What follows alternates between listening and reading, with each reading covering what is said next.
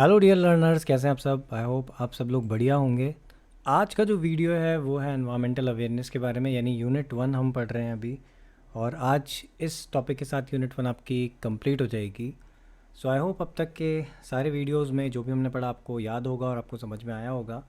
अगर आप में से कोई हमारे चैनल पर नया है तो चैनल को सब्सक्राइब करिए और बेल आइकन को भी प्रेस करिए ताकि आपको ऐसे ही बहुत सारे इन्फॉर्मेटिव वीडियोस मिलती रहें। तो सबसे पहले हम बात कर लेते हैं आज के टॉपिक की, वो है हमारा एनवायरमेंटल अवेयरनेस।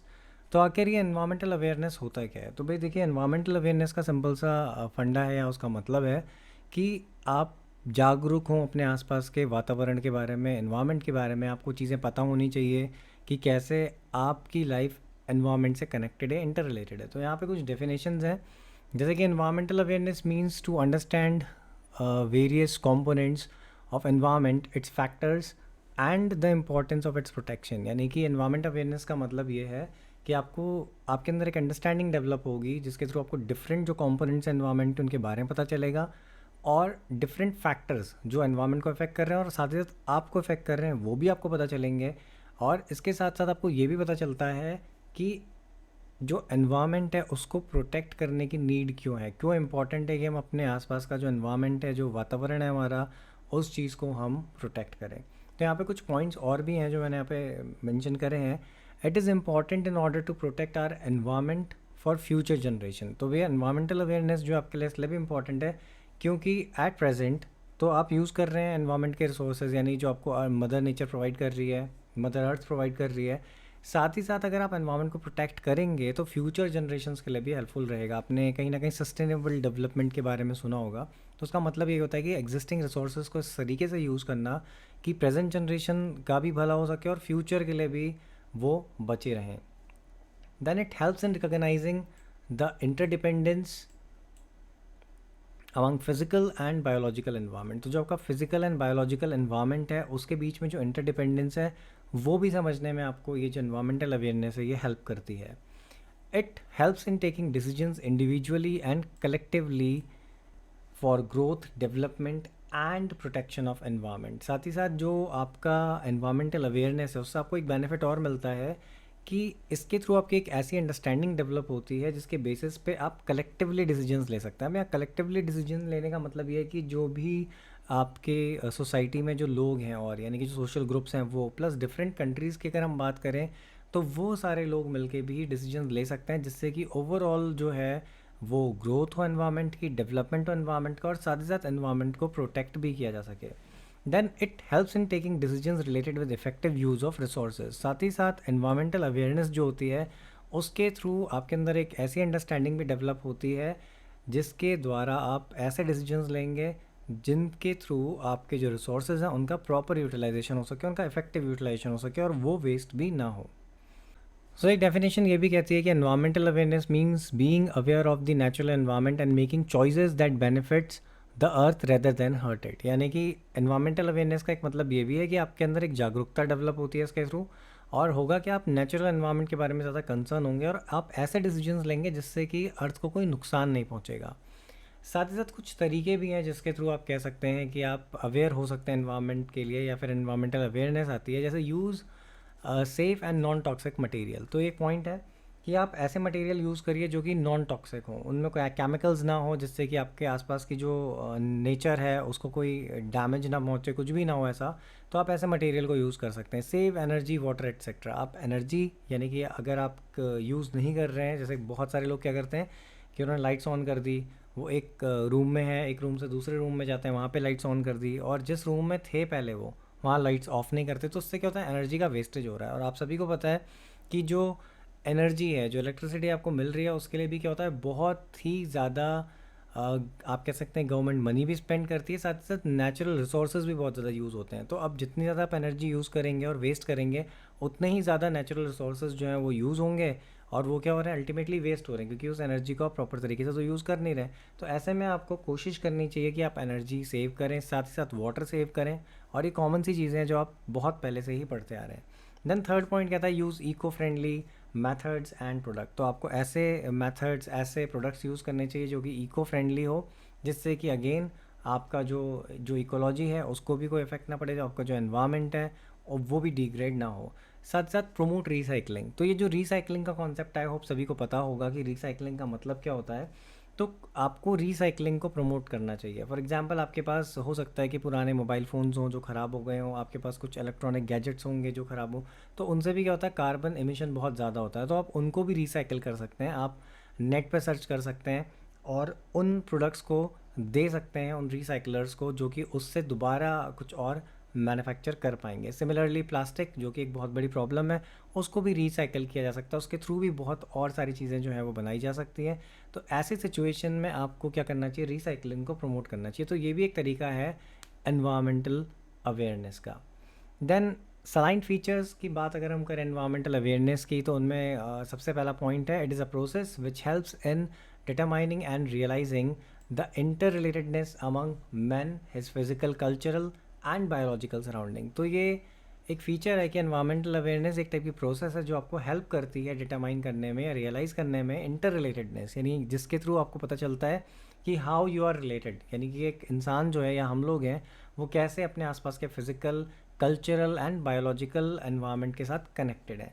सेकेंड पॉइंट कहता है, it is related with the knowledge and understanding of physical, biological, cultural and psychological environment. तो जो एनवायरमेंटल अवेयरनेस है वो एक आप कह सकते हैं प्रोसेस है या फिर रिलेटेड है विद द नॉलेज अंडरस्टैंडिंग, यानी कि आप चीज़ें समझ रहे हो, आपको कुछ उससे ज्ञान मिल रहा है, कैसे फिज़िकल, बायोलॉजिकल, कल्चरल या साइकोलॉजिकल एनवायरनमेंट आपसे कनेक्टेड है या आपको अफेक्ट करता है। तो ये सारी चीज़ें भी आपको एनवायरमेंटल अवेयरनेस के थ्रू ही समझ में आएंगी। Then third point, it is a process that equips or provides human beings with knowledge, skill, attitudes, value and commitments to improve environment। तो अगर आप environmental awareness, यानी कि अगर आपके अंदर awareness आती है environment से related, तो obviously होगा क्या कि इससे आपको एक benefit मिलेगा कि आपको आपके अंदर स्किल्स डेवलप होंगी, आपके अंदर वो एटीट्यूड आएगा, आपके अंदर वैल्यूज़ एंड कमिटमेंट भी डेवलप हो जाएंगे, जिसके थ्रू आप एनवायरनमेंट को इम्प्रूव करने में हेल्प कर पाएंगे। देन फोर्थ पॉइंट कहता है, environmental awareness identifies the imbalances of environment and helps in coping up with these imbalances. तो भाई एनवायरमेंटल अवेयरनेस के थ्रू आपको एक और फ़ायदा होता है कि आप इजीली आइडेंटिफाई कर पाते हो कि कहाँ कहाँ पे एनवायरनमेंट में इम्बैलेंसेस क्रिएट हो रहे हैं। जैसे पॉल्यूशन है, वो बहुत एक मेजर प्रॉब्लम रही है बहुत पहले से। तो यहाँ पर क्या होता है, एनवायरमेंटल अवेयरनेस के थ्रू ही आपको पता चलता है। जब फॉर द फर्स्ट टाइम आपने कभी ये चैप्टर पढ़ा होगा एसएसटी में या साइंस में कहीं पे भी रिगार्डिंग एसिड रेन या एक्सवाइजेड कुछ भी पॉल्यूशन के बारे में, तो वो भी एनवायरमेंटल अवेयरनेस का एक पार्ट ही था, क्योंकि आपने जब उसे पढ़ा होगा तब आपको समझ में आया होगा कि अच्छा ऐसा भी कुछ हो रहा है जिससे कि हमारा एनवायरमेंट जो है वो डैमेज होता है। तो that is also a part of environmental awareness.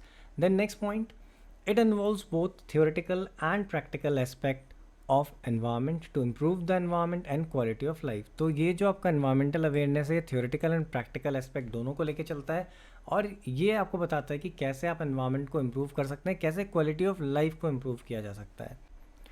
So six point हमारा कहता है कि it provides the basis for construction of creative skills for practice of healthy living. तो भाई अगर एनवायरमेंटली अवेयर होगा बंदा, तो उसके अंदर क्या होगा, ऐसी क्रिएटिव स्किल्स आएंगी कि वो फिर हेल्दी लाइफ जीने के बारे में सोचेगा। तो ये कुछ पॉइंट्स हैं जिनको आप लिख सकते हैं, यूज़ कर सकते हैं। नेक्स्ट जो हमारा इंपॉर्टेंट टॉपिक है इस चैप्टर में, वो है role of teacher in environmental awareness. तो आखिर टीचर कैसे हेल्पफुल है, और ये क्वेश्चन बहुत बार पूछा भी गया है। सो कैसे हो सकता है, इस चीज़ को पहले हम समझ लेते हैं कि भाई सबसे पहले तो हम स्कूल पे आते हैं। तो ये कहा जाता है कि school is a centre of learning. ये आप सभी को पता है, आपने बहुत बार ये कॉन्सेप्ट अब तक पढ़ा होगा।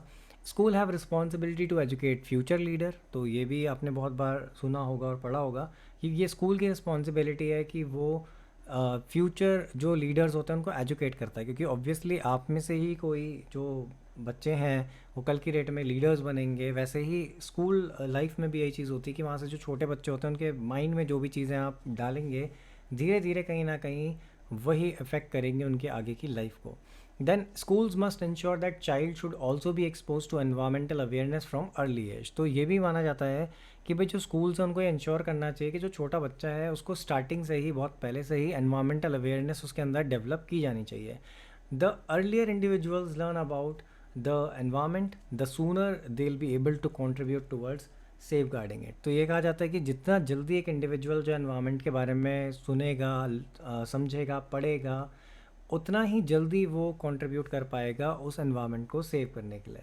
तो आखिर कैसे आप अपने स्टूडेंट्स को अवेयर कर सकते हैं, ये कुछ टिप्स हैं जिसको आप फाइनली एक्सपेंड करके लिखेंगे। सो पहला पॉइंट है, teach children about the 3 R's। तो आपको यहाँ पे उनको 3 R's के बारे में बताना है। अब ये R's क्या है? आर है पहला, रिड्यूस वेस्ट, यानी कि आपको उनको बताना है कि भाई वेस्टेज नहीं करना है किसी चीज़ का, चाहे वो एनर्जी हो, वाटर हो, फूड हो, XYZ, किसी भी चीज़ का वेस्टेज नहीं करना है। तो पहला आर है आपका रिड्यूस वेस्ट। सेकेंड आर है आपका रीयूज़ रिसोर्सेज, यानी आपको उनको बताना है कि कैसे रिसोर्सेज को रीयूज़ करना है, जिसमें कि आप उनको रिन्यूएबल रिसोर्सेज के बारे में बता सकते हैं कि कैसे रिन्यूएबल रिसोर्सेज को यूज़ करके अर्थ को सेव किया जा सकता है। देन तीसरा जो आर है वो है आपका रिसाइकिल। रिसाइकिल के बारे में हमने ऑलरेडी अभी डिस्कस किया था कि रिसाइकिल क्या है। तो आपको उनको रिसाइकिल के बारे में बताना होगा, क्योंकि अगर वो छोटे बच्चे हैं तो ऑब्वियसली उनके लिए बहुत इंटरेस्टिंग होगा, और इवन जो बड़े बच्चे हैं उनके लिए भी बहुत इंपॉर्टेंट कॉन्सेप्ट है, क्योंकि उनको भी रिसाइकिल के बारे में पता चलेगा कि कैसे मटेरियल्स को रिसाइकिल किया जा सकता है और कैसे उससे कार्बन फुटप्रिंट्स को रोका जा सकता है। देन आपका second point, that is organise environmental activities in school. So आप क्या कर सकते हैं, एनवायरमेंटल एक्टिविटीज़ स्कूल में ऑर्गेनाइज करा सकते हैं, जैसे कि tree planting activities generally schools में होती है। उसके अलावा teach them importance of trees, आप उनको ट्रीज़ की इंपॉर्टेंस के बारे में बता सकते हैं, कैसे जो ट्रीज़ हैं उनको कैसे सेव करना है, कैसे उनकी नर्चरिंग करनी है, ये सारी चीज़ें भी आप उनको सिखा सकते हैं। Then encourage them to switch off lights and other appliances when not in use. तो अगेन ये वेस्टेज वाला ही पार्ट है कि आप उनको बताएंगे कि कैसे वेस्टेज को रोका जा सकता है। तो आप उन्हें बता सकते हैं कि भाई लाइट्स को ऑफ कर दो, अगर आप अप्लाइंसेस को ऑफ कर दो अगर आप यूज़ नहीं कर रहे हो उनको। Then encourage them to reduce wastage of water also. तो यहाँ पे पानी का वेस्टेज जो है वो भी आप उनको बताना है कि नहीं वेस्ट करना है। थर्ड पॉइंट है, try to set example by leading. तो इसका मतलब क्या है, this will have greater impact on them, ये ज़्यादा ग्रेटर इम्पैक्ट डालता है। कैसे, एक एग्जाम्पल है, when you see litter pick it up even if it is not yours. तो भाई अगर आपको कहीं पे कोई कूड़ा दिख जाता है और आप उसे उठा रहे हो, ठीक है, कोई भी चीज़ पड़ी है, कोई पेपर पड़ा, आप उसे उठा के और डस्टबिन में डालते हो, तो ऐसा हो सकता है कि उस पॉइंट ऑफ टाइम पे कोई ना कोई बच्चा आपको ज़रूर देख रहा होगा, और वो जब देखेगा तो ऑब्वियसली वो उस चीज़ से सीखेगा कि आप उसके लिए एक रोल मॉडल बन जाएंगे, that you are doing something like that, तभी आप उसे सिखा पाएंगे। अगर आप खुद उस चीज़ को फॉलो नहीं कर रहे हैं तो ऑब्वियसली आप बच्चे को सिखाएंगे तो भी बच्चा उस चीज़ को कभी भी फॉलो नहीं करेगा। Then fourth point, that is spread word about protecting environment. आपको उनको बताना पड़ेगा कि भाई एनवायरनमेंट को प्रोटेक्ट करना है, क्यों करना है, उसके रीजंस बताने पड़ेंगे, इंपॉर्टेंस बतानी पड़ेगी, तभी जाके उससे बेनिफिट मिलेगा। Learner always shares his learning with others in family community.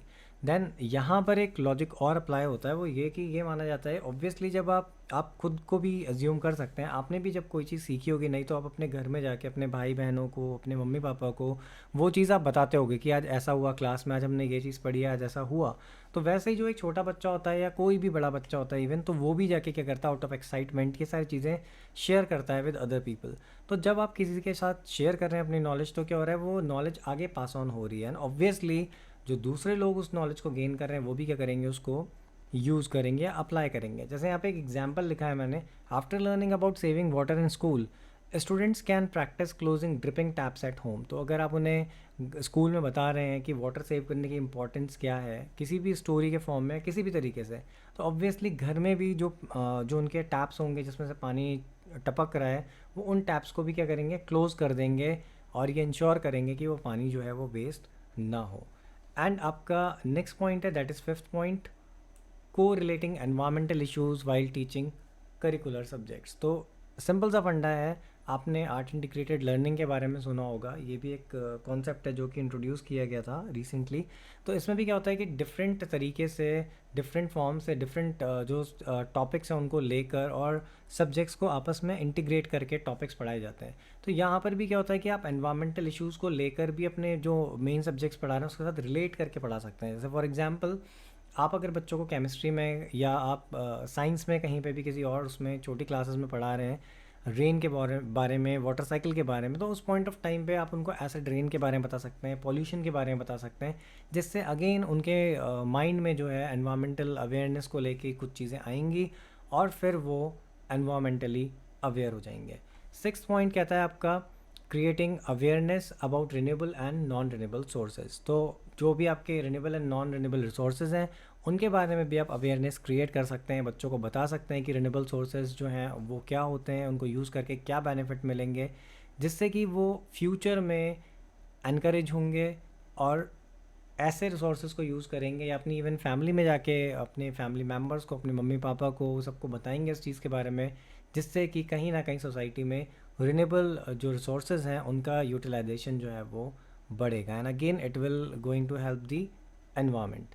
Then आपका सेवन्थ पॉइंट है encouraging students to participate in environmental protection activity. साथ ही साथ एक काम और किया जा सकता है जो टीचर कर सकता है अपने बच्चों को एनवायरमेंटली अवेयर बनाने के लिए, वो ये है कि वो अपने स्टूडेंट्स को इनकरेज कर सकता है कि वो जो भी एनवायरमेंटल प्रोटेक्शन एक्टिविटीज़ हैं उनमें बढ़ चढ़ के हिस्सा लें। अब ये एक्टिविटीज़ किस टाइप से होती हैं, आपने बहुत बार देखा होगा कि ईयर में कहीं ना कोई जो कंपनी होती है, कोई ना कोई कॉलेज या कोई ना कोई इंस्टीट्यूशन जो होता है, वो कभी painting related with protection of environment, या कई बार स्लोगन कंपटीशन, कई बार ऐसे, कई बार डिबेट, बहुत सारे ऐसे कॉम्पिटिशन्स होते रहते हैं, तो जिनमें आप इनकरेज कर सकते हैं उन स्टूडेंट्स को पार्टिसिपेट करने के लिए, जिससे कि क्या होगा कि जब वो जाएंगे, लोगों के कांटेक्ट में आएंगे, उन चीज़ों के बारे में पढ़ेंगे। ऑब्वियसली अगर आप डिबेट के लिए प्रिपेयर कर रहे हो, ऐसे के लिए प्रिपेयर कर रहे हो, किसी भी टॉपिक के लिए, तो फॉर श्योर आप उसे सर्च करोगे, किसी से पूछोगे, या कहीं ना कहीं से आप नॉलेज जरूर गेन करोगे, तभी आप उसको लिख पाओगे। तो ऐसे सिचुएशन में होगा क्या कि जब वो इस प्रोसेस में होंगे, while they will B searching for the information, या वो आपसे पूछ सकते हैं, तो कहीं ना कहीं उनके माइंड में जब ये सारी चीज़ें आएंगी तो they will be more environmentally aware. So ये कुछ पॉइंट्स थे और कुछ टॉपिक्स थे, एंड आई होप कि ये वीडियो आपको अच्छा लगा होगा। वीडियो को लाइक करिए, अपने फ्रेंड्स के साथ शेयर करिए, and thanks for watching the video.